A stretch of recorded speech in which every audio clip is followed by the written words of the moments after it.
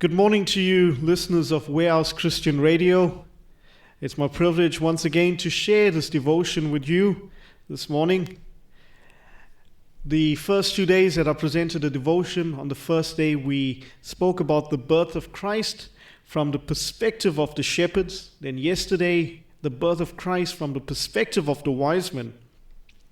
And today, I want to talk about not just the birth of Christ, but Christ and an eternal perspective. During the first 2 days, we learned about the birth of Christ from the perspective of the shepherds and then the wise men. And now I want to present to you Christ himself from an eternal perspective. You see, Jesus didn't just begin his existence at his birth. Jesus actually existed from the beginning. Jesus is eternal. In John chapter 1, verse 1 and 2, and then I also want to read verse 14 as well. In verse 1 and 2 it says, "In the beginning was the Word, and the Word was with God, and the Word was God." He was in the beginning with God. Like I said, Jesus didn't begin his existence at the time of his birth. He existed from the beginning because he was eternal, or he is eternal. As we read, in the beginning was the Word. You see, this Logos word was so special.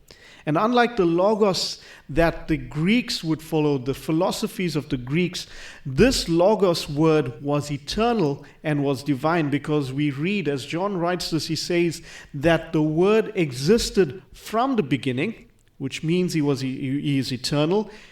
In the beginning was the Word, and the Word was with God, which is talking about coexistent with God in relationship.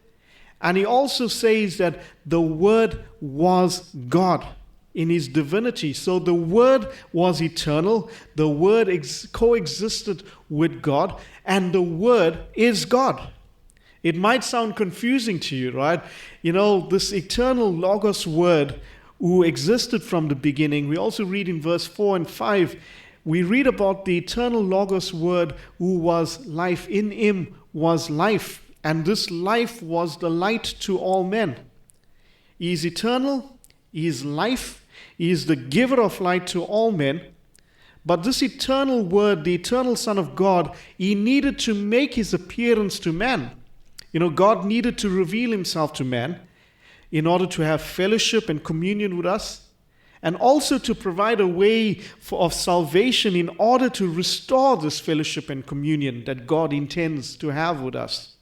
So the eternal Logos word that we read about, in verse 14 we read, "The Word became flesh and dwelt among us." You see, in order for God to come into the world and to create this fellowship and restore fellowship and communion with him, and also to provide a way for salvation, he needed to manifest himself.